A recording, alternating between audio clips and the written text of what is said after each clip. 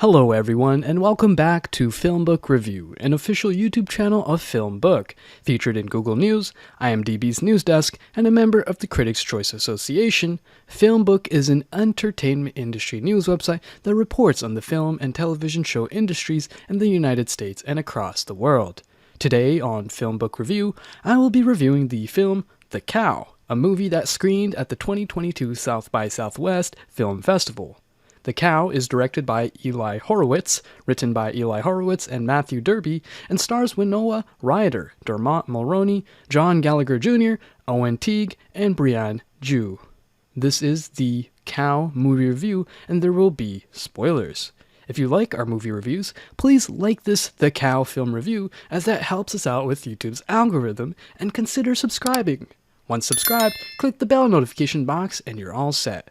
Please also consider becoming one of our patrons on Patreon at patreon.com/filmbook. And now, The Cow movie review. The Cow is a fairly clever thriller hybrid of The Invisible Man meets The Cabin in the Woods. There is some tension in the air right off the bat when the film opens with a couple driving on a road through the redwoods for a weekend getaway. Here, one can recognize the trope right away. These two snipe at each other, but without any real bite. One gets the feeling it's all been said before in any number of ways. These characters are set up pretty much as per the trope, at cross purposes.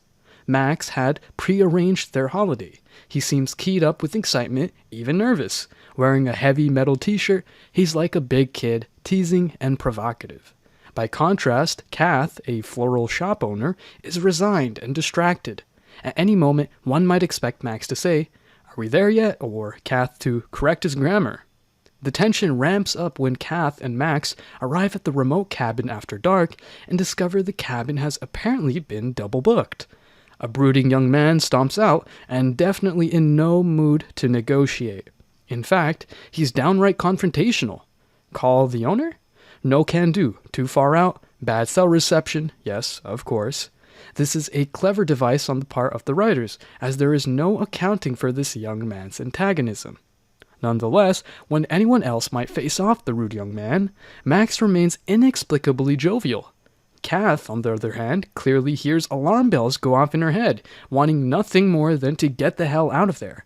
But the matter is settled when the other half, a petite Asian lady, joins them. Her reaction is no less odd. With casual authority, insists that they stay. All in all, it's a peculiar exchange, and the mysterious couple are less than amiable hosts, full of veiled insults and sly, prying questions. The director keeps the pressure on in this way, and it moves beyond, for the moment, any hint of the quote-unquote cabin trope. The three stodgily resist Max's relentless cheer, however, and the audience may be tempted to fear the worst for the quartet in the long night ahead.